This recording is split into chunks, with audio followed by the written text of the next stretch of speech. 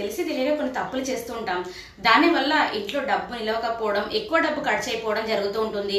ఎంత వచ్చినా ఎందుకు ఉండట్లేదా అని మనం ఆలోచిస్తాం. కానీ మనం చేసే చిన్న చిన్న తప్పుల వల్లనే ఇవన్నీ జరుగుతూ ఉంటాయి. అవేంటో ఈ వీడియోలో తెలుసుకుందాం. వీడియో అయితే పూర్తిగా చూడండి. నా పేరు శ్రావణి, మీరు చూస్తున్నారు అంతా శివహోమ్ ఛానల్. వీడియో నచ్చితే తప్పకుండా ఒక లైక్ చేయండి, షేర్ చేయండి. అలాగే మీకు ఎలా అనిపించింది ఏంటి అని కింద కామెంట్ చేయండి. ఎవరైనా మన ఛానల్ కొత్తగా చూస్తుంటే మాత్రం తప్పకుండా సబ్స్క్రైబ్ చేసుకోండి. ఇలాంటి మంచి మంచి విషయాలు మీతో షేర్ చేస్తూనే ఉంటాను. సబ్స్క్రైబ్ చేసుకున్న వెంటనే పక్కన బెల్ ఐకాన్ ఉంది కదా, అది క్లిక్ చేస్తే నేను వీడియో అప్లోడ్ చేసిన వెంటనే నోటిఫికేషన్ మీ వరకు ఈజీగా వచ్చేస్తుంది.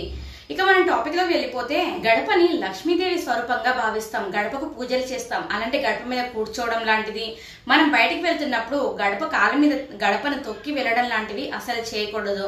అలాగే చాలా మంది స్నానం చేసి విడిచిన బట్టలు ముట్టుకొని పక్కకు పెడతారు. అలా ఎప్పుడు కూడా విడిచిన బట్టలు స్నానం చేసిన తర్వాత ముట్టుకోకూడదు. ఒకవేళ మీరు ముట్టుకోవాలి, ఉతకాలి అనుకుంటే మీరు స్నానం చేసే ముందే విడిచిన తర్వాత వాటి మీద నీళ్లు చల్లారనుకోండి, అవి ఉతికిన బట్టలా అయిపోతాయి. కాబట్టి ఎప్పుడైనా విడిచిన బట్టలు ముట్టుకోకుండా ముందుగానే వాటి మీద నీళ్లు చల్లి ఉంచండి. మనం తలస్నానం చేసిన తర్వాత ఎప్పుడు కూడా నీళ్లు కింద పడకుండా చూసుకోవాలి. నీళ్లు ఇంట్లో కింద పడడం వల్ల తీవ్ర నష్టం జరుగుతుంది. అలాగే మనం జుట్టు దూకున్నప్పుడు కూడా చిక్కులు ఎట్టి పరిస్థితుల్లో ఇంట్లో తీసుకోకూడదు, బయట తీసుకొనే ఇంట్లోకి రావాలి. అలాగే తడి జుట్టు నీళ్లు ఆడుతున్నప్పుడు దీపారాధన అసలు చేయకూడదు. ఎప్పుడైనా జుట్టు ఆరిన తర్వాత, జుట్టు వేసుకున్న తర్వాతనే దీపారాధన చేయాలి. ఇంట్లో మనం జుట్టు చిక్కులు తీసుకోవడం వల్ల ఇంట్లో ఎంటికలు తిరుగుతూ ఉంటాయి. మనం ఎంత ఊకినా కూడా అవి ఎక్కడెక్కడ తిరుగుతూనే ఉంటాయి. ఆడవాళ్ళు ఎక్కువ ఉన్న ఇంట్లో అయితే మరీ ఉంటాయి. దీనివల్ల కూడా డబ్బు వృధాగా ఖర్చు అవుతూ ఉంటుంది. ఇవి మనం చిన్న చిన్న పొరపాట్లు అనుకుంటాం కాబట్టి వీటి నుంచే తీవ్ర ప్రభావాలు మనకు ఎదురవుతూ ఉంటాయి. ఈశాన్య మూలలో చీపిరి పెట్టకూడదు. అలాగే చీపిరి మనం ఒక మూల పెట్టినప్పుడు కూడా ఇలా పడుకోబెట్టకుండా ఇలా నిలబెట్టాలి. సాయంత్రం వేళలో మనం ఇల్లు ఊడ్చేటప్పుడు బయట నుంచి లోపల వైపుకు ఊడ్చుకొని రావాలి. చాలా మంది లోపల నుంచి చెత్త బయటికి తీసుకెళ్తూ ఉంటారు. కానీ సంధ్యా సమయంలో ఎప్పుడు కూడా లోపల వైపు ఊడ్చుకొని రావాలి. ఎందుకంటే చెత్త కూడా లక్ష్మీదేవి స్వరూపం అని అందరికీ తెలిసిందే. రాత్రి వేళలో సంధ్యా సమయంలో చెత్త కూడా బయట పడేయకూడదు. నెలసరి సమయంలో వేసుకునే బట్టలు ఏవైతే ఉన్నాయో అవి ఒక పక్కకు పెట్టుకోవాలి. బీరువాలో అస్సలు పెట్టకూడదు. అలాగే ఆ బట్టలతో పూజ చేయడం వల్ల అపచారం కలుగుతుంది.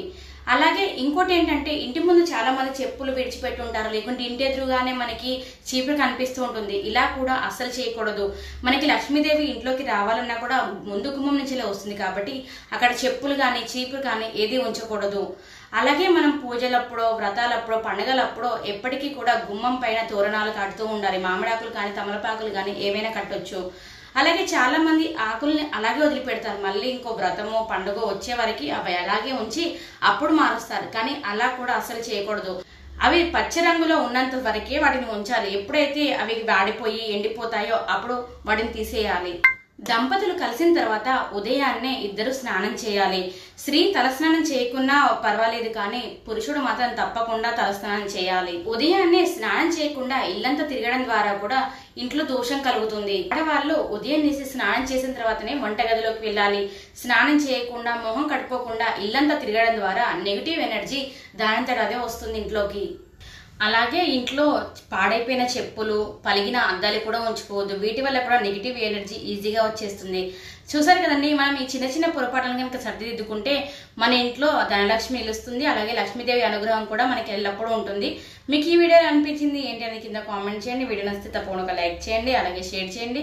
మీరు ఎవరైనా కొత్తగా మన ఛానల్ చూస్తుంటే మాత్రం తప్పకుండా సబ్స్క్రైబ్ చేసుకోండి. పక్కన బెల్ ఐకాన్ ఉంది కదా, అది క్లిక్ చేస్తే నేను వీడియో అప్లోడ్ చేసిన వెంటనే నోటిఫికేషన్ మీ వరకు ఈజీగా వచ్చేస్తుంది. అలాగే మీకు ఇంకెలాంటి వీడియోస్ కావాలనేది కూడా కింద కామెంట్ చేయండి. ఇలాంటి మంచి మంచి వీడియోస్ ఇంకా మీ ముందుకు వస్తూనే ఉంటాయి. Thank you for watching.